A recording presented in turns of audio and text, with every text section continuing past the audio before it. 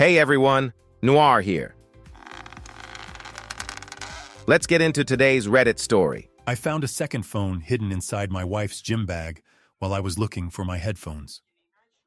There were 847 messages between her and her personal trainer, Travis. After reading only 3 of them, I felt like I was going to be sick, but I forced myself to read every single one before I called my attorney. By the time my wife got home, divorce papers were already sitting on the kitchen counter waiting for her. My name is Nathan. I am 38 years old, and I work as a regional operations manager for a logistics company in Phoenix. My life follows the same routine almost every day. I get up early, spend long hours working with spreadsheets, performance calls, and warehouse operations, and I am usually home by 6 in the evening, unless there is a serious problem at one of our facilities. I have never been an impulsive person. I like to plan ahead, document everything, and make sure I know the facts before making any decision. My wife, Lauren, is 35 years old. We have been together for 11 years and married for 9. We own a house in the suburbs, share the mortgage payments, and we do not have children. Lauren works in medical billing, and over the last 8 months, she has become extremely focused on fitness. She hired a personal trainer named Travis. According to her, he was 29 years old and trying to build his business. She trained with him 3 times every week. I am posting this because I need some outside perspective, even though I have already acted. Last Tuesday, one of my conference calls was canceled, so I left work earlier than expected. I decided to surprise Lauren by bringing home takeout from her favorite Thai restaurant. She was still at work when I got home. I went upstairs to change my clothes, but I could not find my wireless headphones. I usually used them while working late or exercising. Then I remembered putting them into Lauren's gym bag on Sunday, after we cleaned out the car following a hiking trip. Her gym bag was sitting on the bench in the laundry room. I opened the main compartment, but could not find my headphones anywhere. Then I noticed a smaller pocket inside the bag that I had never paid attention to before. I figured she had probably reorganized it. When I unzipped that pocket, I found a phone. It was not an old phone with a broken screen or a forgotten device that no longer worked. It was fully charged, powered on, lying face down, and it did not even have a case. Throughout our marriage, we had never kept separate phones beyond our normal personal devices. There were no secret phones or strange technology habits. I stood there staring at it for nearly 30 seconds, trying to think of a reasonable explanation. Maybe it was a backup phone from work. Maybe she was helping someone sell it. Maybe it belonged to a friend. Then the screen suddenly lit up. A notification appeared from Travis, with a heart emoji next to his name. "Miss you already." My stomach dropped instantly. It felt like I had missed a step walking down a staircase in complete darkness. I picked up the phone and unlocked it. There was no passcode. That single detail told me more than almost anything else. If there had been nothing to hide, there would have been no reason to hide the phone. And if their relationship had been strictly professional, there would have been no reason for a secret device. The message thread contained 847 messages. 847. I opened the conversation and managed to read exactly 3 messages before I had to sit down. The first message was from Travis, saying he could still feel her nails on his back. The second was Lauren telling him she loved how possessive he became. The third was a selfie she had taken in the guest bathroom of our house while wearing the red sports bra I had bought her for Christmas. That alone was enough to make me feel sick. But I kept reading. If this was about to destroy my marriage, then I wanted to know the whole truth. I sat at the kitchen table holding that second phone and read every one of those 847 messages. It took me around 40 minutes. I did not skim through them. I did not jump ahead. I started at the beginning and read everything in order because I wanted a complete timeline instead of random pieces of betrayal. If I was going to end a 9-year marriage, I was not going to do it based on 3 screenshots and an emotional reaction. The conversation began about 6 months earlier. At first, everything looked completely professional. They talked about scheduling workouts, changing appointment times, and confirming payments. Gradually, though, the tone changed. Travis joked about how hard she worked during training. He told her she was his most dedicated client. Lauren replied that he had become her favorite part of the week. By the second month, the conversation had clearly become personal. They shared private jokes. She complained that I did not understand her fitness goals. She described me as too structured and too predictable. Travis encouraged those thoughts. He told her she deserved someone who matched her energy and appreciated her body the way he did. By the third month, the relationship had become physical. The first time happened on a Friday afternoon at his studio. Lauren had told me she was staying late at work. I remembered that day clearly because I had offered to cook dinner for us. She texted me saying she was stuck reconciling insurance claims. She even sent me a picture of her computer screen as proof. That same picture appeared in their conversation. She had sent it to Travis first with the caption, "Cover story." The messages included details about where they met, how they stayed away from security cameras, and why they sometimes used Travis's car instead of hers. Travis even knew my work schedule because Lauren had shared it with him. She explained that Mondays and Wednesdays were the safest days because I always had standing regional conference calls. What hurt the most was realizing it was never just about sex. They talked about a future together. Travis told her he wanted her with him full-time. Lauren said she felt truly alive whenever she was with him. She repeatedly described me as boring, predictable, and too stable. Some of those messages had been sent from inside our own house. Others were sent while she was lying next to me in our bed. The timestamps matched the same nights when she rolled over, told me she was tired, and turned her back to me. Around message 600 or so, I reached the part where Lauren told Travis she loved him. He replied, "I love you too." I did not cry.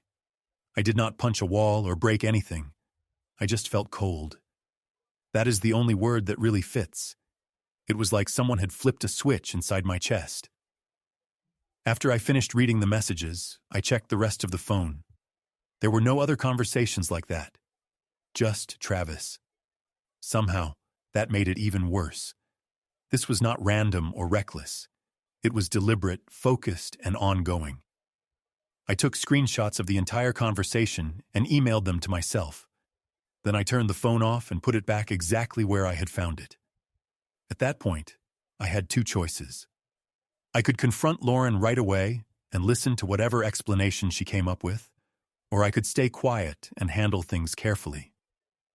I chose to stay quiet. By 4:30 that afternoon, I was sitting outside the office of a divorce attorney that a coworker had recommended after using him the year before. I did not tell anyone why I was there. I simply said I wanted to understand my options. An hour later, I knew exactly what I was going to do. The attorney's name was Garrett.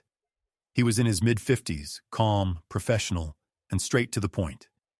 He asked me to explain the situation, and I gave him the facts without emotion. I found a second phone. There were 847 messages. My wife had been having an affair with her personal trainer. The messages were explicit. We owned assets together. We had no children. He did not seem surprised. Instead, he asked practical questions. Was the house jointly owned? Yes. Were both names on the mortgage? Yes.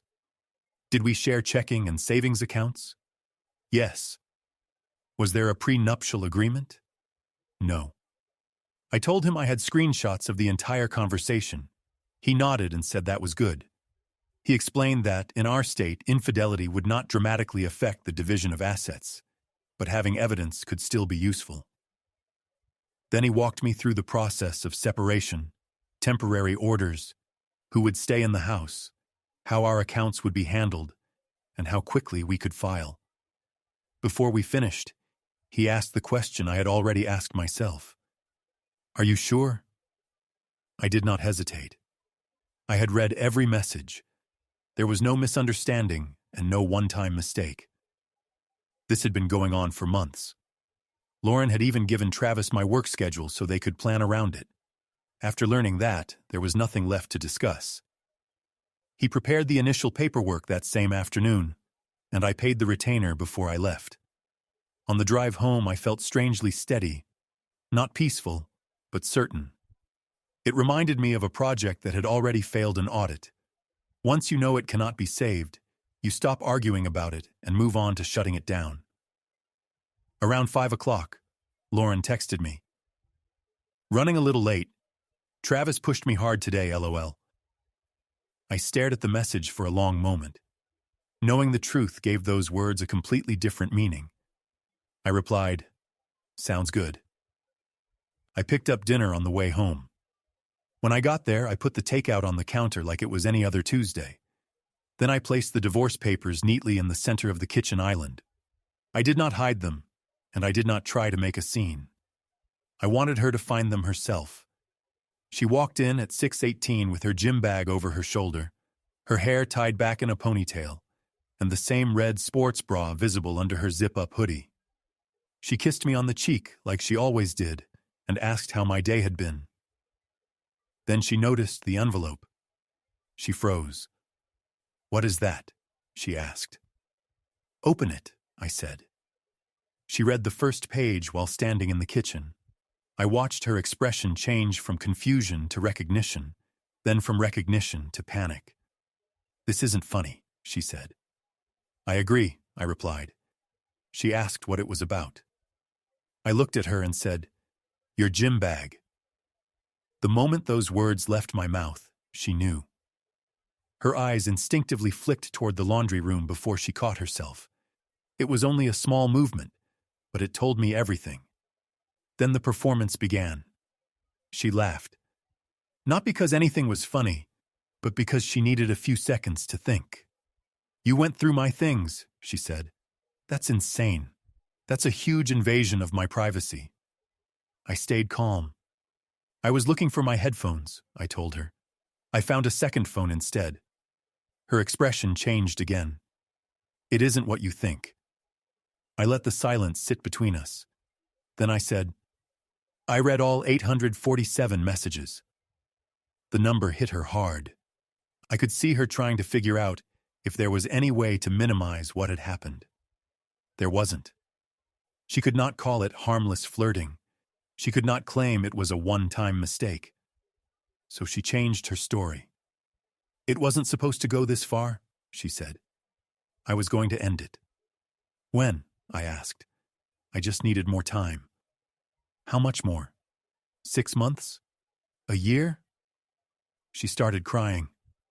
This time the tears were real, but she was still trying to control the narrative. She said she had felt disconnected from me. She said I had become distant. She said Travis made her feel seen. I asked if feeling seen meant taking pictures in our guest bathroom and sending them to another man. She had no answer. A few seconds later, she tried again. She said it had only been physical at first, and that she never meant to fall in love. I told her I had already read the messages where they said, "I love you." I had also read every message where she called me too stable, too boring, and too predictable. She flinched when I called her predictable. That word had always bothered her. Then, to my surprise, she got angry. "You're acting like you're perfect," she snapped. "You're not easy to live with. Everything has to follow a schedule. Everything has to be planned." I needed something spontaneous. I looked at her and said, "Being spontaneous doesn't require a secret phone." That was when she realized she could not talk her way out of this. I was not yelling. I was not bargaining. I was done. I told her I had already spoken to an attorney. The paperwork had been prepared, and she would be served within a few days. Her tears stopped. "You already filed?" "Yes." "You're really throwing away 9 years over one mistake?" "It wasn't one mistake," I said. "It was a second relationship." Silence filled the room. Then she asked, "How much do you know?" "Enough." Then I asked, Does Travis know you're married? She hesitated. He knows we've been having problems. That's not what I asked. I repeated the question. She looked down. I told him we were basically separated. We were not. We still had dinner together, hosted her parents for Thanksgiving, and refinanced our house just a few months earlier. She had lied to him just like she had lied to me. She started pacing and said she had been confused, lost, and that the gym had become an escape. I asked if she had ever planned to tell me if I had not found the phone. I don't know. That was the most honest thing she said all night. Then she suggested therapy. We can fix this. 9 years doesn't just disappear. I shook my head. 9 years didn't disappear. They ended. I told her if I had only found a few messages, maybe we could have talked. But 847 messages, planned schedules, and a second phone were not a mistake. They were a choice. She promised to quit the gym, block Travis, and change her number. I told her she could do all of that. Just not as my wife. Then I told her to pack a bag. She stared at me. You need to leave tonight. This is my house too. It is. But I'm not staying here with someone who's been living a second life. She argued, but I told her I wasn't locking her out. I simply wanted her to stay somewhere else until our attorneys handled everything. I also told her that if she refused to leave, I would call the police to document the situation. That ended the argument. She went upstairs. About 20 minutes later, she came back down with a suitcase, her purse, and her gym bag. Before leaving, she looked at me. You're really choosing pride over us. This isn't pride, I said. It's standards. She walked out quietly. For the first time since finding that second phone, I could finally breathe. I barely slept that night. Around midnight, my phone started blowing up. Lauren called. Then her sister. Then her mother. I ignored every call and let them go to voicemail. At 12:17 a.m., Lauren texted, "You're overreacting. We can fix this." At 12:24 a.m., she sent another message. "Travis says he'll back off. He didn't know it was like this." At 12:31 a.m., she texted again, "Please don't do this." I never answered. Then, at 1:02 a.m., her sister sent a message that changed everything. What did you do to make her feel like she needed someone else? I took a screenshot and forwarded it to my attorney the next morning. By 7:30 a.m., I was back in his office. I gave my attorney the screenshots from the second phone, along with the messages Lauren had sent overnight. He looked them over and said the sooner we established temporary living arrangements and financial boundaries, the better. We prepared a request for exclusive use of the house during the divorce based on the documented affair and emotional impact. It was factual, not emotional. He also advised me to move half of our joint checking and savings into a separate account in my name. Not to hide money, but to prevent either of us from making unilateral withdrawals. So I did. I transferred exactly half, documented the balances before and after, and emailed Lauren a simple message explaining what I had done. I also told her that all shared expenses would be tracked until the court gave further instructions. She called immediately. "So now you're trying to bankrupt me?" "No," I said. "I'm protecting our finances. There's a difference." She was staying with her sister. I could hear her talking in the background. Lauren accused me of humiliating her because her family now knew everything. I told her that was a consequence of bringing another man into our marriage, not of my response. Then she said something else. "Travis feels terrible." That told me she had already spoken to him. I asked, "Are you with him right now?" She was silent for a moment. Then she said no, but she might see him later to talk. Less than 12 hours after receiving divorce papers, she was already thinking about going to him for comfort. That erased any doubt I still had. I calmly told her that any future contact with Travis would simply become part of the documented pattern. She accused me of threatening her. I'm informing you, I replied. Then we hung up. That afternoon, she posted a vague message on social media about choosing happiness and breaking free from control. Friends started asking me what had happened. I did not explain anything publicly. Instead, I sent one short text to the only other person involved. I got Travis's number from the second phone. This is Nathan, Lauren's husband. I found the second phone. Divorce papers have been filed. Do not contact me again. That was all I wrote. A few minutes later, he replied, She told me you were separated. I expected that. I answered with one sentence. We refinanced our house together in March. There was a long pause. Then he said he had not known the full story and never would have gotten involved if he had. Maybe that was true. Maybe it wasn't. It no longer mattered. I told him I had screenshots of all 847 messages and that if anyone tried to rewrite what happened, I had the full record. He replied that he did not want any drama and would step away. I told him stepping away now did not change anything. That ended the conversation. About an hour later, Lauren called again. This time she was angry. Why are you contacting him? Because he was involved in my marriage. You had no right. I laughed quietly. She accused me of trying to ruin her happiness. She said that even if our marriage was over, I did not have to destroy what she had with Travis. That was when it really hit me. She was no longer fighting for our marriage. She was fighting for him. I told her, You made your choice months ago. I'm just finishing the paperwork. She said I had become cold. She said she did not recognize me anymore. I recognize myself just fine, I replied. Then she made one last threat. She said she would make the divorce ugly. She would accuse me of emotional neglect, financial control, and forcing her out of the house. I had expected that.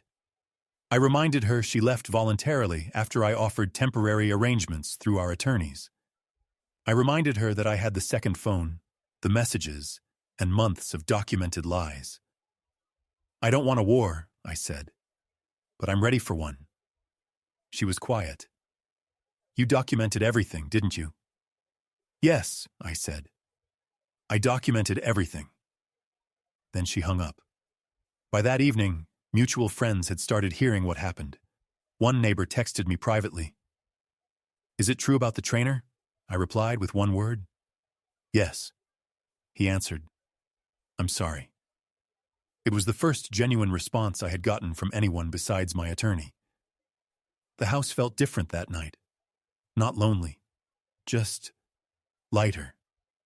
Like something heavy had finally been removed. Around 10 that night, Lauren sent me one final message.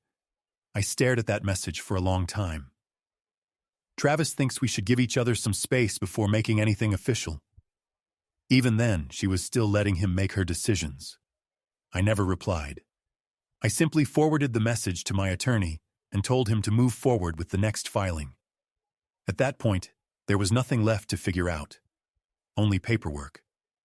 The following week moved quickly. 3 days later, her attorney contacted mine. The tone was completely different. No emotion. Just logistics. They requested temporary financial support and access to the house so Lauren could collect the rest of her belongings. My attorney handled everything. We agreed on a scheduled pickup with both attorneys copied on every email. No surprises. No unannounced visits. Everything documented. Lauren came the following Saturday with her sister. I was there only to supervise. The house still belonged to both of us until the court decided otherwise. She walked inside and looked around like she was visiting a place that no longer belonged to her. We did not hug. We barely spoke. Her sister handled most of the conversation, making passive-aggressive comments about how none of this had to happen. I ignored her. Lauren packed her clothes, shoes, and personal belongings. She never went into my office. That was where I had saved the screenshots in a folder labeled Evidence. At one point, she stopped in the hallway. So you're really not willing to try counseling? I shook my head. Counseling is for people who are confused, not people living a second relationship. She flinched. Before leaving, she tried one last time. Travis and I are taking a break. He thinks everything is too messy right now. There it was. Not regret. Just inconvenience. I told her that was between her and Travis. It had nothing to do with the divorce. Then she asked, "Did you ever love me?" I answered honestly. I loved the person I thought I married. That was the only emotional thing I said all day. She left with 2 suitcases and 3 boxes. No slammed doors, no dramatic goodbye. After her car disappeared down the street, I walked through the house. Half-empty closets. Bathroom counters cleared off. Her gym bag was gone. The house did not feel happier. It just felt lighter. A couple of weeks later, a mutual friend told me Travis had started distancing himself. Apparently, he had no interest in being the villain in someone else's divorce. He had clients and a business to protect. That did not make me happy. It simply confirmed what I already knew. Their relationship worked in secret. It struggled once everyone knew. Lauren texted me again. "I think we moved too fast." Not we. She said she was staying with a friend now. Things with Travis had become complicated. Maybe we both needed more time before making anything permanent. I replied once. "The paperwork is already moving forward." She answered with one word. "Please." I did not respond. By then, I had seen the pattern. A month after finding the second phone, we had the hearing for temporary orders. We sat across from each other in a small conference room at the courthouse. There was no dramatic courtroom scene, just attorneys, paperwork, and a tired mediator. Lauren looked different, less confident, less certain. Her attorney argued that we had grown apart and that she had felt emotionally neglected. My attorney did not argue feelings. He submitted the evidence, the screenshots, the timestamps, the messages showing they planned around my work schedule, the cover story photo. The mediator spent several minutes reading everything. When it was Lauren's turn, she would not look at me. She said she never meant to hurt anyone. She claimed it started as a fitness mentorship that crossed the line. She said she had been confused. I thought to myself, confusion does not create 847 messages. The mediator recommended that I keep exclusive use of the house during the proceedings. Asset division would continue through negotiation. Neither side requested spousal support because our incomes were similar. The temporary financial arrangements stayed in place. Outside the courthouse, Lauren stopped me before I reached my car. "You really documented everything." "Yes." "You never even yelled at me." I looked at her. Yelling wouldn't have changed the facts. She told me Travis had stopped replying as often. Things between them were different now. Maybe she had made decisions too quickly. I asked her one question. If I had never found the phone, would you still be with him? She never answered. She didn't have to. I got in my car and drove home to a house that finally felt like it belonged to me. That night, I did something small but meaningful. I took apart the guest room bed and donated it. The room that had quietly held so many secrets was empty now. I turned it into an extension of my office. A clean desk, plain walls, no reminders. A few days later, the questions from friends stopped. Everyone had figured out what happened. There was nothing left to explain. Travis quietly removed most of the photos of Lauren from his public pages. Brand management. Before the final paperwork was filed, Lauren sent me one last message. "I don't think Travis was ever the point. I just didn't want to feel ordinary." I read it twice. Then I replied with one sentence. Ordinary would have been honest. After that, we never spoke again. The divorce was finalized just under 4 months after I found the second phone. There was no trial, no last-minute confession. Just signatures, paperwork, and the official end of a marriage that had been over long before I realized it. We sold the house and split the equity evenly. I moved into a smaller place closer to work. Fewer rooms, less space, more peace. Lauren did not fight anything in the end. By then, whatever had driven her choices had faded. A mutual friend later told me she and Travis lasted only another 6 weeks after the hearing. Apparently, being together in real life was very different from sneaking around behind my back. The last time I saw Lauren was at the closing for the house. We sat across from each other at a conference table signing the final documents. Before she signed, she looked at me. "I thought you would fight for me." "I did," I said. "I just didn't compete. There's a difference." She nodded. I do not know if she understood. When everything was finished, she paused like she wanted to say something else. Instead, she simply said, "Take care of yourself." "I will. You too." Then we walked away. No hug. No promises to stay friends. Just two people going in different directions because one of them chose a second life and the other refused to live in it. A few months later, I ran into Travis at a grocery store. He noticed me first. I could tell because he tensed up before I even recognized him. He nodded. I nodded back. Neither of us said a word. He did not look like a villain. He looked like a man who underestimated the price of someone else's choices. As for me, I did not feel like I had won. I did not feel defeated either. I just felt clear. Clear that 847 messages are not confusion. Clear that secrecy takes planning. Clear that standards are not pride. If I learned anything from all of this, it is simple. When you find the second phone, you do not scream. You read all 847 messages. Then you call your lawyer, and you move forward.